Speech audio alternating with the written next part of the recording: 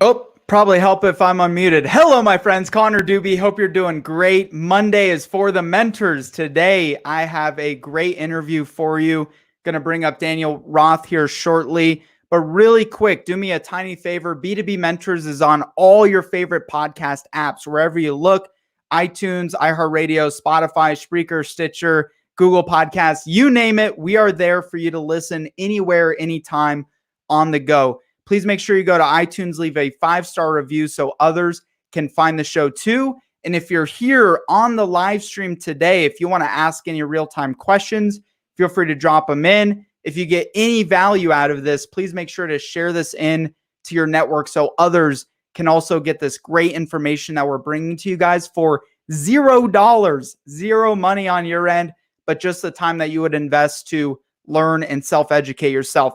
Quick reminder before we jump in, if you are trying to find ways to make your marketing channels come alive with the content trifecta, make sure you contact activeblogs.com if you're looking for a better way to complement how your audience likes to consume with not just videos, but articles, visual graphic content, activeblogs.com.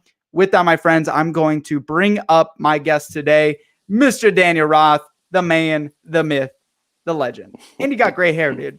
You got awesome hair. Hey, good morning, Connor. Good morning, everybody. Good to see you. What's going on with you? How was your weekend? Did you do anything fun and exciting? Oh my gosh, of course. Always get out, work in the yard. The weather is just marvelous here in Northern California. Hard to complain about. So, boy, I'll tell you, I've got life right where I want it. Connor, how about you? That's awesome. It's never not marvelous out there, right? Like, that's the thing, is the weather's just almost always perfect. Exactly. Yeah, enjoying myself here. I'm in Prescott, Arizona. Did a little hiking this weekend, did a little preparation for just the busy week we got ahead. But it's a quick way to get started, just for context for everybody. Please, I'm going to allow you permission to brag about yourself. Please brag about yourself and let everybody know what's led you to where you're at in your career today, and also just your life in general today. Yeah, well, that's great, Connor. It's a great question, and I know I've done that throughout my career, is ask people that I believe are successful and say, I like what you do. How did you get there? And so for me, I was a pre-med undergrad, realized I'd be a great doctor so long as you're not bleeding. And so I finished my undergrad in pre-med. Biology, chemistry were really the focus. And then I headed off and got an MBA in marketing, and very, very good decisions on my end in hindsight, although I'm not sure I knew what I was doing at the time. Good technical undergrad, so that allowed me to get into healthcare, biology, physiology-based companies. And with the business background then, allowed me then to exercise on that. So I started out selling, and I swore to myself I'd never sell anything, but I had a misperception of what sales were about. I sold for a medical device company and diagnostics company, sold big instruments into hospital laboratories, and that was really established the footprint and foundation for being a good marketer.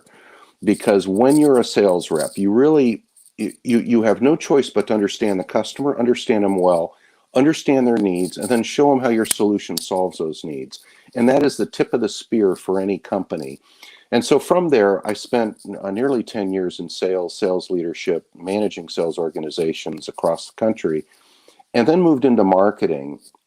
And I think that established a really good baseline. So I did market development. I've worked for medical device, medical diagnostic companies in all levels, stem to stern, from early stage strategic marketing all the way down the line to launching products, revenue generation, and sunsetting products. So I found that throughout that career, looking in hindsight, I'm not sure I'd change anything. It's been very rewarding, and particularly in healthcare, knowing that what I do in terms of marketing and sales actually helps to save or improve the quality of people's lives. So just a little bit of background there, Connor. That's beautiful. And by the way, I think this thing right over here may be brushing up a little bit. It's kind of giving a little scuff sound. So just maybe to be mindful of that. Perfect. Yeah. Perfect. Thanks, Connor. Yeah, no problem, man. So, you have an interesting story of what was the transition from medical into marketing? Like, what was that thing that made you just make that pretty significant pivot there?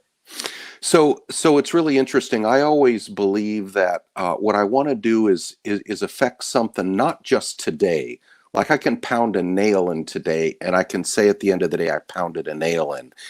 But I'd rather look at it bigger picture and say, I helped to build a house, which turned into a home, which people lived in for 50 years. So what I found is, I always told myself, the longer I'm in sales, the longer I'll be in sales. And sales, I can help a customer, single customer, two customers, a customer at a time. In marketing, I felt I could actually apply a higher level strategy to more than one customer simultaneously. And I could help the very people that helped our customers, which are patients and doctors. So through marketing, I'm able to provide good content, ways to get that content through the sales team out to the customer.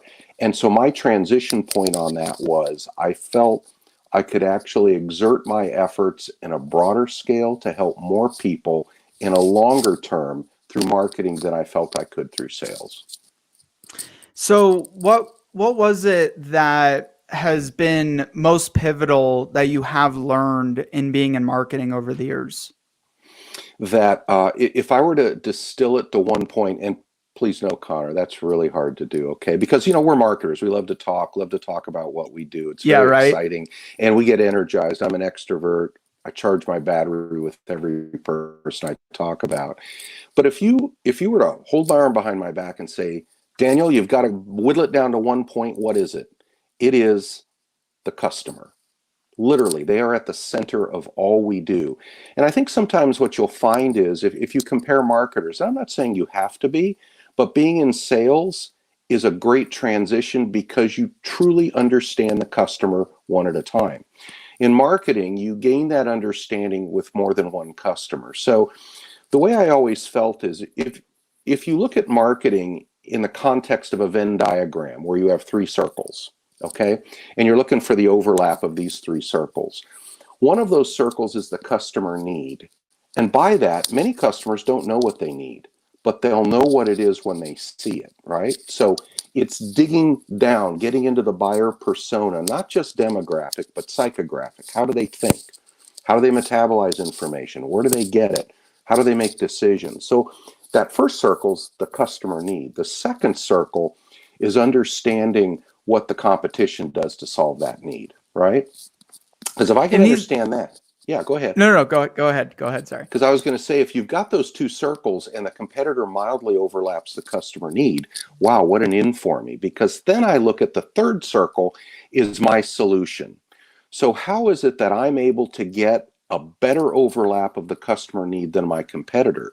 And I do that through really sound marketing, which starts with understanding the customer need and distilling a product solution that best meets it. And then the magic works, where how do I position it and message it and generate a viable content that can be metabolized and digested by the customer to convert their thinking, to turn them from just being aware to adopting to becoming an advocate, right? To where they wake up every morning and can't wait to talk about you, right? That's a true advocate. And if I do my marketing well, I've established far beyond just adoption and got them to become advocates. So these are like basic known principles by marketers, but something unique in your case is you've successfully applied this in significant ways that have, netted in millions and millions of dollars in profit and income. So one thing we talked about the other day that I thought was interesting is almost every company you've been involved with as a growth catalyst has stolen significant market share from their competitors. Talk about that a bit. What does that actually mean? How did you come to find a process that works for that? And what is that process? That's a great question. And remember, so I always have to remind folks sometimes, and particularly, that the world doesn't just run on digital media, that the world runs on traditional media as well, and that a great marketer by the name of Philip Kotler, who's actually considered the grandfather of marketing, always talks about the 4 Ps. So he talks about pricing and product and distribution. I know that really stands for place, and then promotion. And so what we really have to do, if we plan on doing our job as a marketer, which means growing the company share, So at the end of the day, if you're successful in marketing, you will have gone home and you tell your significant other or your best friends, and they'd say, "What did you do today, Daniel?" And you'll say, "I actually grew the share of the company." And the only way you can do that, and particularly, there are so many good companies out there that have equally smart marketers in place, but I've got to be more wily than they are in the context of what I had mentioned in the Venn diagram to better understand the customer need and then position my product to show that I'm a better solution.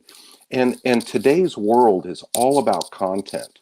So there's so many sources for a customer to gain information, and it comes at them in tens of thousands of blips every day, whether it's on the internet, driving down the road with signs, the radio, TV, whatever the case may be. The inputs are phenomenal. So my job is to differentiate my inputs from everyone else's.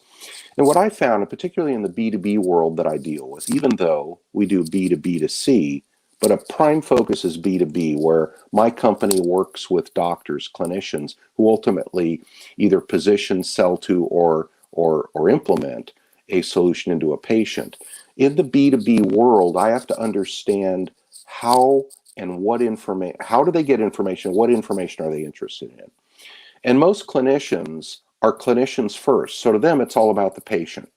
So the information that I have to provide actually should show them realistically, tangibly, and quantitatively, why is my solution the best solution for their patient? And in many cases, that literally will come to outcome cases where you're looking at how do patients resolve an issue? How do patients react to my particular solution? And then you do quantitative research to show how my position is actually better to them. So the differentiator there is to take the good products you have, overlay them with the need, and then show how, through quantitative means, that is a better solution for the patient than your competitor. Now, I'm not talking dissing your competitor. That will always pull a full circle and nip you in the backside. But you do that in the context of showing how you're really, really good relative to the competitor by talking about your strengths, not the competitor's weaknesses. I think that's a big mistake. A lot of salespeople, I mean, you've been in sales for many years as well. Big mistake salespeople make and marketers is they sit there and bash their competitors, constantly compare themselves to their competitors. And in your prospect's mind, they may not even give a shit or be thinking about your competitors. Correct. But also it shows that you're a negative person in the industry, and you're just there to like talk down versus talk up the value of what you have going on. I think that's probably even more common you see in the medical marketing and medical practices. It is. And what's interesting about that point you made, Connor, is that the perception of your customer, then, if it's a clinician, and you're dissing your competitor, one has just forgotten that the person you're talking to likely was involved in the decision to use that competitor. So not only are you dissing the competitor, you are actually slamming the rationale, the logic, the hard work that customer put into selecting the competitor. Now, I can say, and I'm very proud to say, I've never been in a market that's had horrible competitors. And I appreciate good, solid competitors for a lot of reasons. Because a good competitor is predictable, right? You get the large companies, like Johnson & Johnson's one of our competitors. Johnson & Johnson is a solid company. Good God. I mean, they're the biggest medical device company on planet Earth, and they do things really, really well. So how silly would it be to walk in and say what a terrible company they are? Because it's A, not true, and B, all it does is look at the weakness of your argument. Or if I can walk in and say to a competitor, and say, Connor, you've made a really good decision. You've selected probably the best of the other competitors. And let me show you how I'm different. Right? And that's a much better approach. And suddenly you're open to it because I've not put you on defense. I've allowed you to stay on offense, to look at continually improving your solution to your patients in this case. Right. And also just pull this out a little bit. I'm still getting the scuff sound over there. just try to give you a heads up. I mean, everything you're saying is incredible. I want to make sure people are able to hear it, but you make a great point there. You mentioned the digital versus traditional, and you still like traditional channels what are some maximized uses of leveraging traditional channels in the modern world that we're living in now? So great question, and I truly am so glad that you brought that up, because let me just give you a baseline comment that I'll go back to, and please know I am like a broken record on saying this. It is absolutely all about the customer, right? So your comment, Connor, about me liking traditional channels, I like what my customer likes. Okay, if I were in a market that was selling an app with the newfangled thing that would allow me to order dog food that was delivered by drone to my front porch, I would probably only advertise that using digital media. Why? Because that's where my customer would live, right? So in the case of where our customers live in the clinical world, clinicians, physicians, doctors of all sort are clinicians first, business people second. And so what they do is they collect, and we could probably go back and forth for 5 minutes and come up with a list of about 50 different mediums by which we believe a doctor may get information. And I'll just summarize a few, and then you'll know why the traditional mediums might still be important. So one of the things that are important to clinicians is they have to maintain licensure for whatever the case may be. If they're a nurse, all the way up to a specialist physician, they maintain licensure, which means they have to take classes. Those classes are hosted, sponsored by professional organizations related to what they do. So those organizations additionally not just publish information in paper and digital, but they also do trade shows and events. There's professional organizations that now, in fact, they're going to have the first live event in about 15 months in the optometry world. That's coming up next month. Literally, as we know with COVID, all those were shut down, but those are starting to be reinvented. People have cabin fever. They want to bust out and go somewhere, right? Yeah, no So kidding. those mediums are still very, very important that people are going to. They look at clinicians to stand on a podium and give a presentation similar to what I had said about outcomes, right? Comparing product A, product B, and what the patient outcomes are. So that's important. Additionally, then they have journals. So in particular, you've heard now with CDC coming out with its announcements. You'll hear from the Journal of the American Medical Association, right? The JAMA. They'll quote studies, or Lancet, which is a European journal. And those literally come out both paper and digital version, and clinicians read them and use those. So if they're in paper version or digital version, guess what? Opportunity for advertising and promoting your product. So they're there in digital and in paper. And I think what's really important is you will understand what the best mediums are by understanding and asking simple market research. And by the way, the market research you do, in order to understand how trends change, come up with a list of questions and ask the same questions every year to the same patient or customer population. And what you can do is you can actually chart how things change year on year, and you can see that migration. So we've determined that clearly the whole digital medium, social medias, those have all started to come of age in the clinician world, where Facebook, where Instagram, Twitter now are mediums to transmit solid information, not just social media about, Susie and Betty, but about good clinical data with links in them that they can click on, and they can actually find information that's relevant to them. So I can't give you an exact answer, because I could if I talk with your customer to understand what's the mix you should do, what frequency you should do, and the level of content the customer wants to see. But again, it all whittles down at the center of the bullseye is the customer and what they think and how they get information.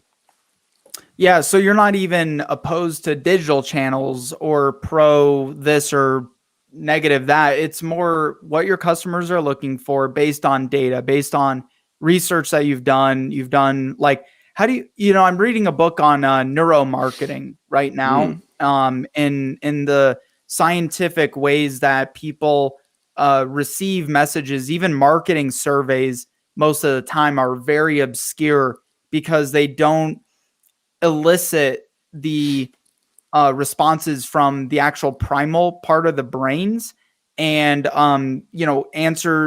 questions get kind of answered in obscure ways when you're not doing it the right way. So how have you successfully surveyed your audience and also incentivize them to do, because these guys are busy clinicians. Like, how do you get them to actually take surveys, and how do you make sure those surveys are effective and impactful?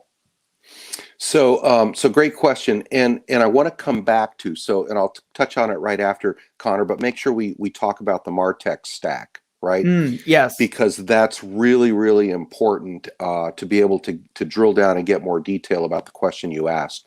So I've done market research my entire career, and there's lots of ways to get it, right? Tons of secondary research out there, and I don't care what the market is. With the internet, and all the very, very powerful search engines that are out there, you can get to secondary research that in many cases is very pinpoint targeted to what you're looking for. But then you'll also find there are gaps. So I'll have nuances. So for instance, I'm B2B, but in order for me to be effective B2B, I have to understand the B2C part. I have to understand how patients are reacting to what the doctor's presenting. And if I can do that and do that effectively, then I'll do a better B2B approach.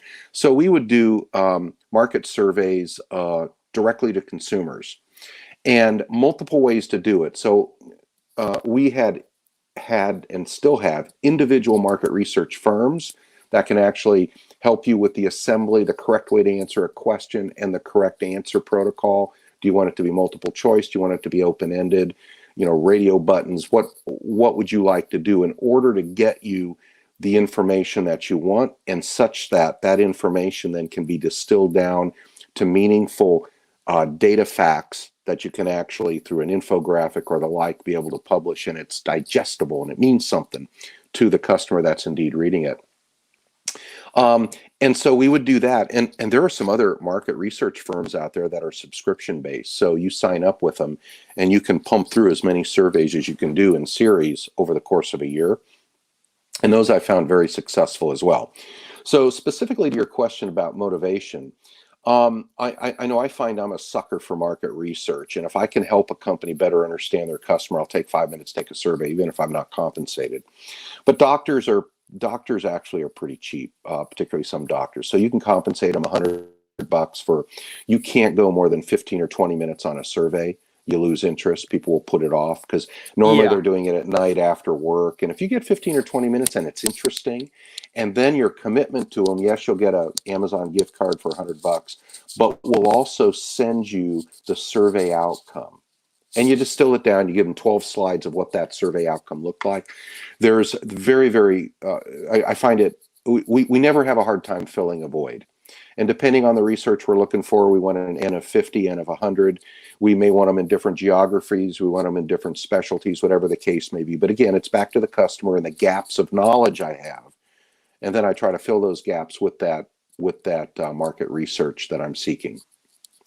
Yeah, so how do you tie in your all-encompassing, what's been some of your favorite marketing stack, which is so interesting because this weekend I was actually writing a blog post and was doing some research, and come to find out, this was just 2019 stats.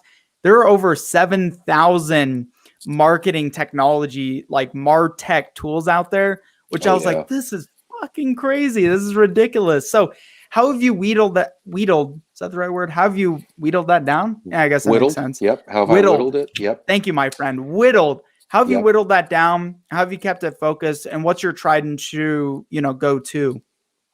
And Connor, it's an excellent point. And there's a great infographic that if you put it on your big monitor, you still can't get it all on there. You got to blow up. Exactly the one I was looking at then, probably. And apparently you had an extra half hour on your hands to count to 7,000. But there's no question there are a lot. So with, most companies have preferences, right? And they're normally built around a hub of something, whether it's their ERP, if they're with Oracle or SAP, then there are preferred vendors that serve them in a variety of different capacities. Salesforce has their own as well. So the way I look at it is, I look for basic functionality, and I'm not a purist, and I don't necessarily lean one way or another, because I found most of the areas that I use for MarTech stack are there are many different options that actually will satisfy the need. So ultimately, you want them to talk to one another. That to me is really critical. You can't have communication linkage breaks between the major functions. So if I'm going to do marketing automation and I go with Eloqua or Pardot or whatever, they functionally operate similarly. They just build off of different databases and are able to more easily draw on different databases. So in my mind, what's really important there, the MarTech stack, it in essence does what your brain does, but faster and more efficiently, right? I'm not capable of viewing reams and reams of data and looking for trends efficiently and effectively. I may find one or two, but I'm going to miss 10 or 12. So I think in the MarTech stack, the first thing you need, in particular, you're collecting market research, you need the ability to metabolize that data and information to look for trends, to group certain datas, and to be able to look for trends. Because if you can't find trends, then the data is just a data soup, and you can't pull out the right things. That's a good way to say it. So I think the ability to do analytics on that's really, really important to be able to draw the database. Then the ability to combine that database with internal sources. So I can look at our ERP finance-wise, and I can sort all of our customers from big to little, for instance, from east to west, from the size of their practice, whether they're in urban or suburban, whether they're ethnic or non-ethnic. I can divide and sort all that in such a way that allows me to get to the core of the issues that I can then best market to them. So market automation to me is really critical, right? Then combine that with a Salesforce, which is your CRM, that when I'm able to combine that information, so then I can generate content. I can follow up automatically or automagically with content, right? I can reach out and ping those customers and do it very effectively. Then what I can do, and really where it all gets down to, remember me talking about sales being the tip of the spear. It's funnel management. Now that's an old school type thought, but you think of funnel management. If I'm a good marketer, I'm turning my funnel into a pipe. Whatever I put in the top, I want to come out the bottom. Now, none of us are that efficient, but if I were, that's what I'd do. So what do? Make sure what I put in at the top is qualified. And the way I qualify it's by understanding my customer, pushing the right information to them at the right frequency and the right mediums, have them digest it, get in the funnel. Then I can move them down the funnel with the assistance of marketing automation, the sales team, all of the other mediums I have to influence, so they'll drop out the bottom. But when they drop out the bottom, remember, all they are is adopters at that point. Making sure they're dropping out the bottom, you're talking about having a much more qualified top of funnel going into those systems rather than wide mass marketing and just as many people we can get on our list as possible. Exactly. Because see, that's expensive to make that happen. And then when they fall out, it's too dense where you can't figure out why they're falling out.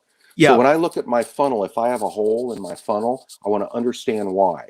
And in many cases, it'll be like a proof source. Somebody will say, hey, listen, I wanted red and you presented green and I don't know if green's going to work for me. And you say, let me show you how green can work. You don't need red. I plug that hole in the funnel, right? Then I can make sure that it comes out the bottom. The more that goes in the top, come out the bottom. But then going back to what I said, that merely means they've adopted. They bought once. The only way you can grow next year, I learned early on in selling, is don't lose anything that you close this year.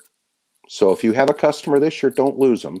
That makes next year's number easier because clearly it's going to go up. So then what I do. What do you mean? What do you mean by that specifically? Like, are you talking upselling and cross-selling with that one customer you landed, or more using them for referrals and tapping into new clients? So in sales, we always had when I was a salesperson and then when I was a sales leader, we always remembered this. Every year you can count on two things happening in sales. Number one, your quota will go up. And number two, likely your territory will go down. So that means that your revenue density goes up. You have to get more out of a smaller territory. The 100%. Only way you can do that is don't lose a customer. So I'm not talking about one-time sales where somebody buys something, they only need one per life. I'm talking about renewed sales, razor blade type sales. So if you keep that customer, then next year, all you have to worry about is growth. You don't have to worry about adding a new customer that you lost, right? So when they become an adopter, they dropped out the bottom of the funnel, they bought once. The question then becomes, as a marketer, how do I get them to buy again? And I have to turn them in. So my communication is not just important to turn them into customers, but to turn them from adopters into referrals or references, to where they're willing to talk about me when I ask, but better when they come back and they're actually advocates, where they talk about me without being asked. They constantly reorder. I have a competitor come in and say, I can drop that a dime a product, whatever it is. And I've had customers tell my competitors, I can't afford to buy from you. And they look at them and they say, yeah, but I'm giving you a better price. They said, but I can't afford it. Because what Daniel and his company do, they provide more value than the price of the product. And that ultimately, I know I've hit a home run with that customer when I've turned them into that kind of advocate where they actually preach about me. They're my disciple. And that's what you want to do. And the more you do that, so going back to your question you asked a little bit ago about how do you gain share, that's how you do it, Connor. That's beautiful. And real quick, I want to acknowledge Juan and Joshua on your comments here. Juan had mentioned, I've been considering vehicle wrap marketing, large moving billboards, targeting those not on social media. And again, this is something I included in my article, like top marketers I've studied, like really studied, like Daniel Roth, are doing both. Like they're not just relying on social media posts, and they're not just relying on conferences and trade shows. The ones who are killing it right now are marrying the two together really effectively. So that's a great point. And Joshua, I agree with you. 7,000 tech tools is a lot. One thing I did want to comment on, Daniel, is, well, two things. So the thing that I'm picking up and getting a sense of, which has worked well for me personally, last year when the pandemic happened and everyone's panicking, people are like, people who are potential new customers put on pause in a lot of industries. A lot of clients put programs on pause, all that good stuff. A lot of shit going on. One of the things that I did was heavily focus back in on our existing clients, tapped into them as much as possible. And a lot of them got them to double what they're doing with us anyways. I got significantly more referrals in our revenues went back up because I turned in and focused in, which a lot of marketers and sellers forget that your base of clients, of existing clients, are like, should be one of your best sources of revenue, but you have to do things to make it work. You can't just sit there and wait on referrals, which is what most companies do. You need to have specific actions to get people to upsell and to become fans and advocates. Like we do trip giveaways. For example, we'll send our client on a 7-day luxury resort stay by bringing us a new client, by bringing us a new customer, because we want our clients to have fun, enjoy their life. And that's worked for us. But I think a lot of people forget to tap in and focus back in on your existing client base. So I think that was really crucial that you said that. Before we wrap up, we were mentioning MarTech, though. If you could pick only one marketing technology tool to go with, what would it be? Like, what is the specific tool that you prefer in any category? I mean, you can pick under any category. So I'll answer that with a given. I have to assume in this day and age, it's a given that you have a CRM. Okay. That's a given. And obviously within an ERP and all that. And I would say it's marketing automation. It is the ability to touch your customer the way they want to be touched, with the information they want to receive at the frequency they want to receive it, and automate that so that you can spend your time thinking, not just doing, but thinking. And then you collect the trends and the information on that, Connor. Then you can actually respond to it based on thought, right? You can think about, is the funnel plugged? Why do I put 100 in and get 1 out? Imagine what could happen if I could put 100 in and get 10 out. I've suddenly 10x'd my marketing investment. So it allows you to think, and that's what's really important. If you can automate the mundane, then spend that time saved thinking. And could I just add one comment? And it was one of your, I think it was Juan that mentioned, and I just want to give an example, just one quick example of what he said that everybody needs to perch on. So ask yourself, over the last month, you've gone out to the mailbox to get mail. What's been in it?